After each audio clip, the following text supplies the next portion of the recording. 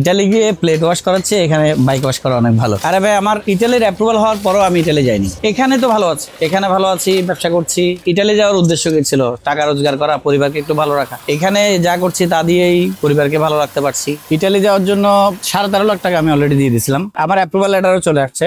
এরপরেও মানে ইটালির চেয়ে বাংলাদেশ ভালো মনে করে আমি ইটালি যাইনি। ইটালি যাওয়ার ব্যাপারে যখন অনেকটা অনিশ্চিত, তখন হচ্ছে কি করব, ওদিকে আবার চাকরিও ছেড়ে দিয়েছি। এরপরে তখন করোনার সময় একদম বাংলাদেশে তখনও মানে প্রপার লকডাউন শুরু হয়নি, তখন হচ্ছে ঘুরছি আমার এক বন্ধুর সাথে। তখন আমার কাছে একটা বাইক ছিল, তখন দেখছি পাশে একটা দোকান রাস্তায় মেন রোডে ঝাড়ু দিচ্ছে, মানে দোকানটা খুব সম্ভবত ছেড়ে দিচ্ছে এরকম একটা ব্যাপার। ওই জমিদারকে জিজ্ঞেস করলাম যে দোকানটা কি খালি হয়েছে নাকি, তখন বললো যে দোকানটা খালি হয়েছে। তৎক্ষণাৎ একটা চিন্তা ভাবনা করলাম যে আমি যে বিজনেসটা ইটালি গিয়ে করার কথা সেটা আমি যেন বাংলাদেশে শুরু করি। তখন কথা বললাম যে সালামি কত নিবে, ভাড়া কত নেবে, কথাবার্তা বলাতে তখন বললো 1,20,000 টাকা। তখন ওনাকে 20,000 টাকা আমি সালামি দিই, এই আপাতত দিয়ে বললাম যে 1 লাখ টাকা আমি আপনাকে পরে ম্যানেজ করে দিচ্ছি, জাস্ট 5 থেকে 10 মিনিটের সিদ্ধান্তে দোকানটা নিয়ে নিই। কি করবো সেটা তখনও জানি না। তখন আমার পুঁজি ছিল অ্যারাউন্ড 20 থেকে 50,000 টাকা। আর এখন যদি আমি আমার পুঁজি হিসাব করি, আমার বর্তমান দোকান যেখানে আছে ওখানে প্রায় আমার 5 লাখ টাকা হচ্ছে অগ্রিম দেওয়া আছে। সবকিছু মিলে আমার 12 থেকে 15 লাখ টাকা আমার বর্তমান ইনভেস্টমেন্ট আছে। আমি যখন চাকরি করছিলাম তখন আমার মনে হয়েছে চাকরি করা মানে হচ্ছে অন্যের মাথায় তেল দেওয়া। তখন আমি বলছি আমি তো ভালোই তেল দিচ্ছি, তাহলে আমি আমার মাথায় কেন তেল দিচ্ছি না,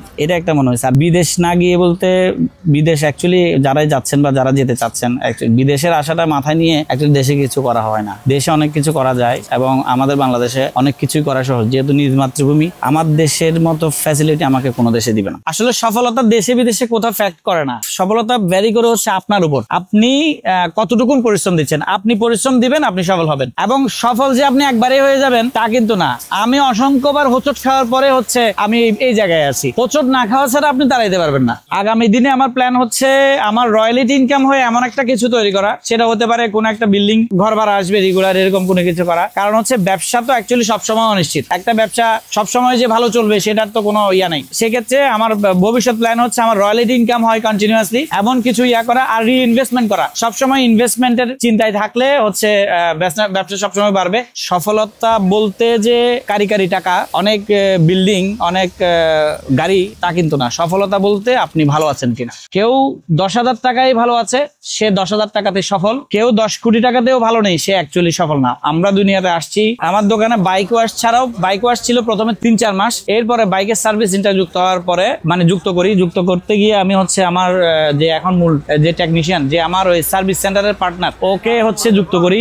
তখন আমার মাস্টার সার্ভিস, তারপর হচ্ছে পুরো ইঞ্জিনের যত ধরনের কাজ, মানে বাইকের কমপ্লিট কাজ। যখন দোকান শুরু করি তখন আমার কাছে 5 লিটার মতো মোবিল ছিল। এখন আমার কাছে দেশি বিদেশি অনেকগুলো ব্র্যান্ডের মোবিল আমি রাখি। তারপরে যত ধরনের পার্টস আছে, কোনো পার্টস না থাকলে আমি তৎক্ষণাৎ সেটা হচ্ছে আমার যে পাইকাররা আছে, পাইকারদের থেকে সংরক্ষণ করে দিই। আমার বাম সাইডে আছে হচ্ছে বাংলাদেশ বিমান বাহিনী ঘাঁটি, ডান পাশে আছে হচ্ছে নৌবাহিনীর ঘাঁটি। আমার নৌবাহিনী, বিমান বাহিনীর একদম জুনিয়র লেভেল থেকে শুরু করে সিনিয়র লেফটেন্যান্ট, সাব লেফটেন্যান্ট, তারপরে হচ্ছে ফ্লাইং অফিসার, স্কোয়াড্রন লিডার পর্যন্ত আমার কাস্টমার। প্রত্যেকেরই বাইক আছে আমার কাছে, তারা সবাই মানে খুব স্বাচ্ছন্দ্য বোধ করে কাজ করাতে। আমিও তাদেরকে চেষ্টা করি আমার বেস্টটা দেওয়ার জন্য। আমার হচ্ছে বাইক ওয়াশ থেকে শুরু করে এখন আমার সার্ভিস দেশ হিসেবে আমার 3টা মাছের প্রকল্প আছে, আমার একটা মাদ্রাসা আছে যেটাতে আমি 33% পার্টনার, আমার একটা বালির ট্রাক আছে, এবং আমি পার্সোনাল ইউজ করার জন্য একটা আমার প্রাইভেট কার আছে ছোট, যেটা আমার বাচ্চা স্কুলে আসা যাওয়া করে। ইটালি গেলে হয়তো